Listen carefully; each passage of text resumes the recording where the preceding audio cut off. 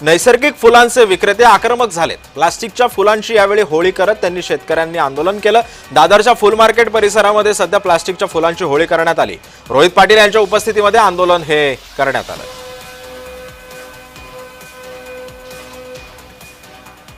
आपण पाहतो दादरच्या फुल मार्केट परिसरामध्ये सध्या फुल व्यापारी जे आहेत ते आता चांगलेच संतप्त झालेले आहेत। प्लास्टिकच्या फुलांची सुद्धा शेतकऱ्यांनी होळी करत या संदर्भामध्ये आंदोलन करत रोष व्यक्त केलेला आहे। येणारे दिवस हे सणासुदीचे असल्या कारणाने आता जास्त करून अनेक ठिकाणी जे आहे ते प्लास्टिकच्या फुलांचा वापर केला जातो आणि हाच वापर रोखण्यासाठी आता फुल विक्रेते जे आहेत ते आता आक्रमक झाल्याचं पाहायला मिळते। दादरच्या फुल मार्केट परिसरामधली ही दृश्य आहेत। फुल मार्केट परिसरामध्ये सध्या फुल व्यापाऱ्यांनी प्लास्टिकच्या फुलांची होळी केल्याचं चित्र आहे। नैसर्गिक फुलांचे जे विक्रेते आहेत ते चांगलेच या संदर्भामध्ये या प्रश्नासंदर्भामध्ये संतप्त झालेले होते आणि यावेळी प्लास्टिकच्या फुलांची होळी करत त्यांनी या घटनेचा निषेध नोंदवलेला आहे। या संदर्भात अधिक माहिती देतात आमचे प्रतिनिधी महेंद्र जोईल आपल्या सोबत आहे। महेंद्र, नेमका आता हा प्लास्टिकच्या फुलांचा मुद्दा वारंवार आता प्रामुख्याने पुढे येतोय।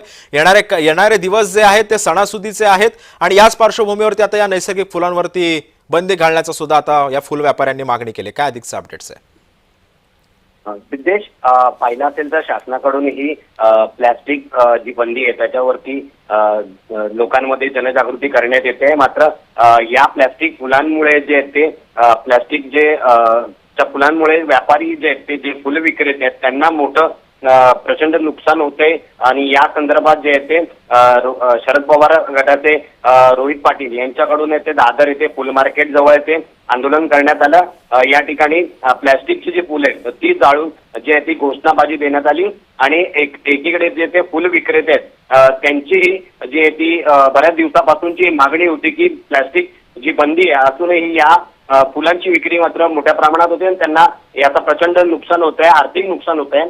त्यामुळे त्यांच्याकडूनही आज जे आहे ते या गोष्टीचं समर्थन करण्यात आलं आणि रोहित पाटील यांच्याकडे उपस्थितीत आज जे आहे ते प्लास्टिकची फुलं जाळून तिथे आंदोलन करण्यात आलं। नक्कीच महेंद्र, धन्यवाद तुम्ही दिलेल्या अधिक माहितीबद्दल।